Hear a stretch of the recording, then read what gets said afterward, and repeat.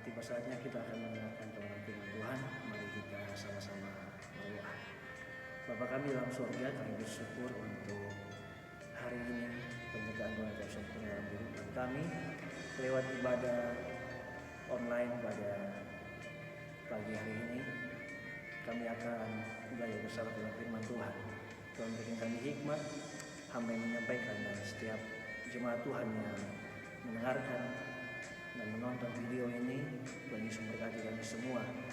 Tuhan menjamah kami semua sehingga kami semua dapat memahami dan melakukannya dalam kehidupan kami. Dengan Kristus Yesus kami berdoa untuk syukur haleluya. Amin. Baik, salam jemaat Tuhan. Pada pagi hari ini kita akan sama-sama belajar tentang firman Tuhan yang dimana kita masih berada di rumah saja. Terima kasih untuk Bapak Mama semua, teman-teman semua yang masih terus setia bersama untuk bisa kita di rumah saja dan beribadah di rumah saja. Karena firman Tuhan pagi hari ini kita akan bersama membaca di dalam surat 1 Petrus ayat yang pertama sampai 13. Dan demikian bunyi firman Tuhan. Dari Petrus, Rasul Yesus Kristus, kepada orang-orang pendatang yang tersebar di Pontus, Galatia, Kapadokia, Asia Kecil, dan Bitinia, yaitu orang-orang yang dipilih sesuai dengan rencana Allah Bapa kita yang dikuduskan oleh Roh, supaya taat kepada Yesus Kristus dan menerima percikan darahnya. Kiranya kasih karunia dan damai sejahtera makin melimpah atas kamu. Terpujilah Allah Bapa dan Tuhan kita Yesus Kristus, yang karena rahmat-Nya yang besar telah melahirkan kita kembali oleh kebangkitan Yesus Kristus dari antara orang mati kepada suatu hidup yang penuh pengharapan, untuk menerima suatu bagian yang tidak dapat binasa, yang tidak dapat cemar, dan yang tidak dapat lain, yang tersimpan di surga bagi kita, yaitu kamu yang dipelihara dalam kekuatan Allah karena imanmu, sementara kamu menantikan keselamatan yang telah tersedia untuk dinyatakan pada zaman akhir. Bergembiralah karena itu, sekalipun sekarang ini kamu seketika harus berduka cita oleh berbagai pencobaan. Maksud semuanya itu ialah membuktikan kemurnian imanmu yang jauh lebih tinggi nilainya daripada emas yang fana, yang diuji kemurniannya dengan api, sehingga kamu beroleh puji-pujian dan kemuliaan dan kehormatan pada hari Yesus Kristus menyatakan dirinya. Sekalipun kamu belum pernah melihat Dia, namun kamu mengasihi, kamu percaya kepada Dia. Sekalipun kamu sekarang tidak melihatnya, kamu bergembira karena sukacita yang mulia yang tidak terkatakan, karena kamu telah mencapai tujuan imanmu, yaitu keselamatan jiwamu. Keselamatan itulah yang diselidiki dan diteliti oleh nabi-nabi yang telah membuat tentang kasih karunia yang diuntukkan bagimu, dan mereka meneliti saat yang mana dan yang bagaimana dimaksud oleh Roh Kristus yang ada di dalam mereka, yaitu Roh yang sebelumnya memberikan kesaksian tentang segala penderitaan yang akan menimpa Kristus dan tentang segala kemuliaan yang menyusul sesudah itu. Kepada mereka telah dinyatakan bahwa mereka bukan melayani diri mereka sendiri, tetapi melayani kamu dengan segala sesuatu yang telah diberitakan sekarang kepada kamu dengan perantaraan mereka, yang oleh Roh Kudus yang diutus dari sorga menyampaikan berita Injil kepada kamu, yaitu hal-hal yang ingin diketahui oleh malaikat-malaikat. Sebab itu siapkanlah akal budimu, waspadalah, dan letakkanlah pengharapanmu seluruhnya atas kasih karunia yang dianugerahkan kepadamu pada waktu penyataan Yesus Kristus. Demikian firman Tuhan yang berbahagia yang melakukannya dan merenungkannya dalam kehidupan kita semua. Firman Tuhan pagi hari ini diberi tema, Bapak Mama juga bisa lihat dalam liturgi yang telah dibagikan, yaitu kasih karunia tanpa batas. Kasih karunia tanpa batas. Betapa beruntungnya kita sebagai orang-orang berdosa yang telah mendapatkan kasih karunia Allah. Kehidupan yang sebelumnya jauh dari Allah, tidak bernilai, sekarang diubah menjadi penuh arti karena anugerahnya yang tak terbatas. Apa saja yang dikerjakan oleh anugerahnya sesuai dengan nats bacaan di atas. Yang pertama, supaya kita mengerti bahwa kasih karunia itu tidak terbatas dalam kehidupan kita. Poin yang pertama yaitu kasih karunia yang memilih. Kalau kita baca dalam pembacaan 1 Petrus 1 ayat 1 sampai 4 dikatakan ada beberapa orang, yaitu dari Petrus sendiri, yaitu yang dia tujukan kepada orang-orang, kepada 12 suku yang tersebar di berbagai wilayah pada waktu itu, untuk bagaimana mereka bisa mendengarkan, bagaimana mereka bisa mengingat kembali kasih Kristus yang telah memberikan nyawanya untuk menembus mereka semua. Dikatakan bahwa yaitu orang-orang yang dipilih sesuai dengan rencana Allah Bapa kita, dan yang dikuduskan oleh Roh supaya taat kepada Yesus Kristus dan menerima percikan darahnya. Kiranya kasih karunia dan damai sejahtera makin melimpah atas kamu. Terpujilah Allah Bapa, Tuhan kita Yesus Kristus, yang rahmatnya yang begitu besar, yang telah melahirkan kita kembali oleh karena kebangkitan Kristus dari antara orang mati, kepada suatu hidup yang penuh pengharapan. Hidup kita penuh pengharapan ketika kita tinggal di dalam Kristus. Orang-orang yang tinggal di luar Kristus, kita bisa menebak bahwa hidup mereka mungkin punya harapan, tapi pengharapan kita tidak pernah hilang. Pengharapan kita selalu ada, yaitu di dalam Kristus. Untuk setiap kita bisa memahami ini, yang pertama kita harus mengerti bahwa kasih karunia ini memilih kita. Kita yang tidak layak, kita yang tidak pantas, dipantaskan untuk menerima karunia ini. Karunia, kasih karunia ini memilih kita, menetapkan kita supaya kita menjadi orang-orang yang dipilih, yang akan kembali melakukan apa yang Tuhan inginkan dalam kehidupan kita. Kita yang dulu tidak mengenal, mungkin kita mengenal tapi kita belum melakukan. Kitalah yang dipilih olehnya untuk kita bisa menjadi saksi sampai mana Tuhan Yesus datang kembali. Dikatakan seperti ini, rencana Allah yang kekal atas orang percaya memungkinkan pemilihan itu terjadi. Ada rencana Allah yang jauh sebelum kita ada. Dia telah merencanakan bahwa kita lah orang-orang pilihan supaya kasih karunia itu tetap di dalam hidup kita. Kasih karunia itu tetap tinggal dalam kehidupan kita, sehingga kita menjadi orang-orang yang punya respon yang benar untuk bisa menerima kasih karunia ini, mengembangkan kasih karunia ini, bukan hanya untuk kita, tapi untuk orang-orang sekitar kita, supaya mereka juga mengenal dan mencintai Kristus itu sendiri. Dasar pemilihannya bukan karena kebaikan manusia, tetapi karena kasihnya yang besar. Bukan karena kita terlalu baik, bukan karena kita terlalu hebat, tapi kasih karunia tidak melihat itu. Kasih karunia melayakkan kita, memilih kita tanpa melihat masa lalu kita. Kalau dia melihat masa lalu kita, siapa kita? Siapa saya? Siapa kita semua? Tidak ada yang layak. Di dalam Roma dikatakan tidak ada manusia yang benar, tidak ada manusia yang suci lagi. Semua telah berdosa, semua manusia telah kehilangan kemuliaan Allah. Oleh sebab itu, kasih karunia membuat saya, Bapak Mama semua, umat Tuhan yang pada saat ini sedang menonton ini, untuk kita tahu dan kita mengerti kasih karunia dalam memilih saya, dalam memilih kita semua yang mendengarkan, yang percaya pada Kristus. Tujuan dari pemilihan ini adalah supaya kita taat kepada Kristus. Jika kita menyadari bahwa kita dipilih, maka keputusan hidup untuk mentaati Kristus adalah sesuatu yang tidak bisa ditawar lagi. Salah satu bentuk ucapan syukur kita adalah taat pada perintah Kristus. Kalau kita tahu bahwa kita sudah dipilih oleh kasih karunia yang tidak terbatas itu, kita menyadari dan tidak ada tawar-menawar untuk kita tidak melakukan apa yang menjadi perintah Kristus, yaitu apa? Mengasihi Tuhan dan mengasihi sesama.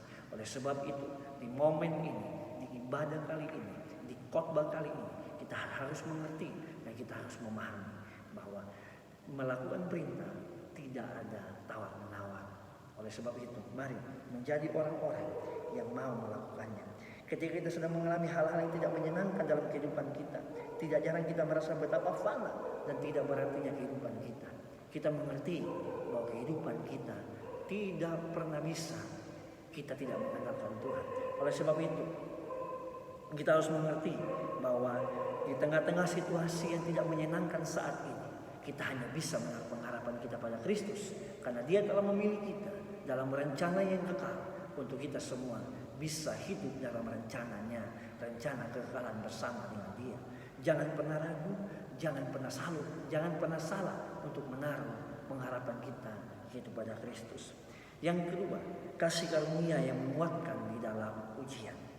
Kalau yang pertama kasih karunia yang memilih kita, kasih karunia juga akan menguatkan kita dalam menghadapi ujian kehidupan, ujian keimanan kita pada Kristus. 1 Petrus 5 ayat 1 sampai 7 dikatakan, yaitu kamu yang dipelihara dalam kekuatan Allah karena imanmu, sementara kamu menantikan keselamatan yang telah tersedia untuk dinyatakan pada zaman akhir. Bergembiralah akan hal itu, sekalipun sekarang ini kamu seketika harus berduka cita oleh berbagai pencobaan. Maksud semuanya itu ialah membuktikan kemurnian imanmu yang jauh lebih tinggi nilainya daripada emas yang fana, yang diuji kemurniannya dengan api, sehingga kamu memperoleh puji-pujian dan kemuliaan dan kehormatan pada hari Yesus Kristus menyatakan dirinya. Sementara kita menantikan keselamatan kekal itu, kemurnian iman kita diuji. Alat yang dipakai oleh Tuhan untuk menguji iman adalah berbagai pencobaan. Agar iman kita terbukti lebih mulia dari emas yang fana, kita harus melewati ujian itu. Kita bersyukur karena menurut ayat yang kelima dikatakan kita dipelihara dalam kekuatan Allah. Saya tahu keadaan dunia, keadaan bangsa ini, keadaan kita sedang diserang oleh virus corona, dan itu membuat kita khawatir, membuat kita cemas, membuat kita takut. Tapi ingat, hanya di dalam kekuatan Allah, di dalam kita tinggal dalam Allah, kita memperoleh kekuatan untuk bisa melewati berbagai ujian, pencobaan yang datang untuk menguji kemurnian iman saya, iman kita semua, untuk kita bisa mengerti bahwa kasih karunia pun yang menguatkan kita dalam menghadapi setiap ujian kehidupan yang kita jalani. Saya tidak tahu apa yang menjadi ujian kehidupan Bapak Mama, tapi yang saya tahu bahwa dalam kekuatan Allah, dalam kekuatannya, Dia memampukan kita untuk melewati ujian ini. Mari memakai hikmat. Mungkin dari beberapa di antara kita tidak percaya, tapi corona telah membuat kita, telah membuat gereja, telah membuat dunia untuk tidak bisa beraktivitas dengan bebas seperti biasa lagi. Oleh sebab itu, di dalam hal-hal seperti ini, kita jangan hanya memakai iman kita, pakai hikmat. Karena Tuhan bilang mintalah hikmat, maka Dia akan memberikan. Pakai hikmatmu itu untuk bisa mentaati aturan-aturan yang ada. Sebagai orang Kristen, kita pun harus menghormati pemerintah yang ada, karena pemerintah pun itu berasal dari Tuhan. Apa yang baik, apa yang diatur supaya kita bisa mentaatinya. Mari mentaati itu. Kemurnian iman kita menghadapi ujian, pencobaan, itu adalah bagian yang paling penting. Tapi mentaati aturan-aturan yang dibuat oleh pemerintah, oleh gereja, itu sendiri pun mungkin levelnya kecil, tapi dari situlah juga kita bisa membuktikan keimanan kita kepada Tuhan. Karena Tuhan sendiri mengatakan bahwa pemerintahan itu berasal daripada Allah, dan apa yang baik harus kita taati. Oleh sebab itu, di dalam menghadapi hal-hal seperti ini, virus COVID-19, yaitu corona, membuat banyak dari kita berduka cita, sakit, tertekan, cemas, gelisah, seakan kehilangan pengharapan dan keyakinan kita. Ayat di atas menjelaskan, ayat yang tadi kita baca ayat 5 sampai 7. Tetapi ingat, tujuan kita adalah memperoleh puji-pujian dan kemuliaan dan kehormatan pada hari Yesus Kristus menyatakan dirinya. Karena itu tetaplah bersukacita, karena Dia memelihara kita, Dia menuntun kita, karena kasih karunia-Nya telah memilih kita dalam rencananya dalam kekekalan, dan kasih karunia-Nya juga yang menguatkan kita untuk menghadapi ujian-ujian kehidupan yang kita terus lewati selama kita masih hidup, sehingga penebusannya, kematiannya, sehingga apa yang telah diperbuat oleh kasih-Nya begitu besar, Dia bertanggung jawab dalam kehidupan kita, dalam kehidupan saya, dalam kehidupan Bapak Mama semua. Mari kita mengerti hal ini supaya kita bisa menjalani kehidupan ini dengan penuh sukacita. Kasih karunia yang menguatkan di dalam iman. Yang ketiga, dan yang ini menjadi poin yang terakhir, dikatakan bahwa kalau poin yang pertama kasih karunia yang memilih, poin yang kedua kasih karunia yang menguatkan dalam ujian, poin yang ketiga kasih karunia yang memberi keselamatan. Ini poin paling penting, karena semua kita di dalam dunia ini, semua kita menginginkan keselamatan di akhir kehidupan kita. Dikatakan dalam 1 Petrus 8 ayat 8 sampai 13 dikatakan demikian. Sekalipun kamu belum pernah melihat Dia, namun kamu mengasihinya, kamu percaya kepada Dia. Sekalipun kamu sekarang tidak melihatnya, kamu bergembira karena sukacita yang mulia yang tidak terkatakan. karena kamu telah mencapai tujuan imanmu, yaitu keselamatan jiwamu. Keselamatan itulah diselidiki dan diteliti oleh nabi-nabi yang telah bernubuat tentang kasih karunia yang diuntukkan bagimu. Dan mereka telah meneliti saat yang mana dan yang bagaimana yang dimaksud oleh Roh Kristus yang ada di dalam mereka, yaitu Roh yang sebelumnya memberikan saksian tentang segala penderitaan yang akan menimpa Kristus, tentang segala kemuliaan yang menyusul sesudah itu. Kepada mereka telah dinyatakan bahwa mereka bukan melayani diri mereka sendiri, tetapi melayani kamu dengan segala sesuatu yang telah diberitakan sekarang kepada kamu dengan perantaraan mereka, yaitu oleh Roh Kudus yang diutus dari sorga, menyampaikan berita Injil kepadamu, yaitu hal-hal yang ingin diketahui oleh malaikat-malaikat. Sebab itu, siapkanlah akal budimu, waspadalah, letakkanlah pengharapanmu seluruhnya atas kasih karunia yang dianugerahkan kepadamu pada waktu penyataan Yesus Kristus. Renungan dan pesan di dalam poin yang ketiga ini adalah sejak lama keselamatan yang diteliti oleh para nabi bernubuat tentang kasih anugerah ini. Ya, keselamatan itulah yang menjadi tujuan iman kita di dalam Kristus. Oleh sebab itu, Ia menyelamatkan kita bukan karena pekerjaan atau perbuatan kita. Kita bisa lihat dalam Efesus 2 ayat 8-9, tetapi semata-mata karena kemurahannya bagi kita orang yang percaya kepada Dia. Dunia sulit memahami tentang keselamatan ini oleh karena kasih karunia Allah. Mereka hanya memahami bahwa keselamatan adalah sesuatu yang harus mereka usahakan sebagai hasil usaha mereka. Tetapi puji syukur kepada Tuhan, kita diselamatkan oleh karena iman kita kepada Yesus Kristus. Oleh sebab itu, kasih karunia yang memberikan keselamatan ini jangan kita sia-siakan. Kalau Dia memilih saya, Dia memilih Bapak Mama semua, Dia pasti bertanggung jawab. Dan kita pun dituntut untuk bisa mempertanggungjawabkan keselamatan yang Dia telah berikan. Di dalam minggu-minggu menjelang Paskah ini, kita memahami bahwa pengorbanan yang besar diperuntukkan untuk saya dan kita semua sebagai orang percaya di dalam Yesus Kristus. Oleh sebab itu, jangan tunggu nanti. Sekarang ini, mari kasih karunia yang telah kita terima ini untuk kita bisa kuat dalam menghadapi ujian, untuk kita bisa mengerti bahwa kasih karunia ini yang memberikan kita keselamatan. Oleh sebab itu, jangan lagi berhitung kapan kita akan berhenti dari dosa kita. Jangan lagi berhitung kapan lagi kita memberi yang terbaik. Kehidupan kita seutuhnya sepenuhnya kita berikan karena kasih karunia-Nya yang tak terbatas dalam kehidupan kita. Kehidupan kita semua yang mendengarkan pada pagi hari ini. Oleh karena kasih karunia-Nya kita masih bisa beribadah. Oleh karena kasih karunia-Nya kita masih bisa mendengarkan khotbah. Oleh karena kasih karunia-Nya kita masih bisa berdoa. Oleh karena kasih karunia-Nya kita masih bisa merenungkan firman Tuhan. Oleh sebab itu, jemaat Tuhan yang menonton dan mendengarkan pada pagi hari ini, mari merenungkan hal ini, kasih karunia yang tak terbatas ini. Kalau Dia berikan, mari meresponi dengan penuh tanggung jawab. Oleh sebab itu, Bapak Mama semua, kakak adik semua yang mendengarkan video ini dan yang menontonnya, mari mengucap syukur atas kasih karunia yang tak terbatas ini yang telah kita alami, yang diberikan oleh Yesus Kristus untuk kita, untuk saya, dan untuk kita semua. Kiranya di dalam berbagai-bagai hal yang terjadi belakangan ini, di dalam belahan dunia manapun, dan di Indonesia, di Nusa Tenggara Timur, Kota Kupang, dan kita tahu bahwa ada satu virus yang menggelisahkan kita.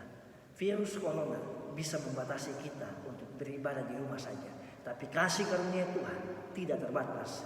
Di mana saja, di rumah, di gereja, di tempat kerja kita, di mana saja kita berada, kasih karunia Tuhan itu selalu ada dan selalu menyertai.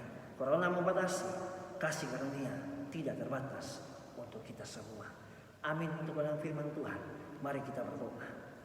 Bapa kami dalam surga, terima kasih untuk dalam firman Tuhan yang telah kami dengar. Kiranya Bapa, firman Tuhan ini menjadi perenungan untuk kita semua, untuk kami tetap kuat di dalam menghadapi ujian iman yang terus kami lewati.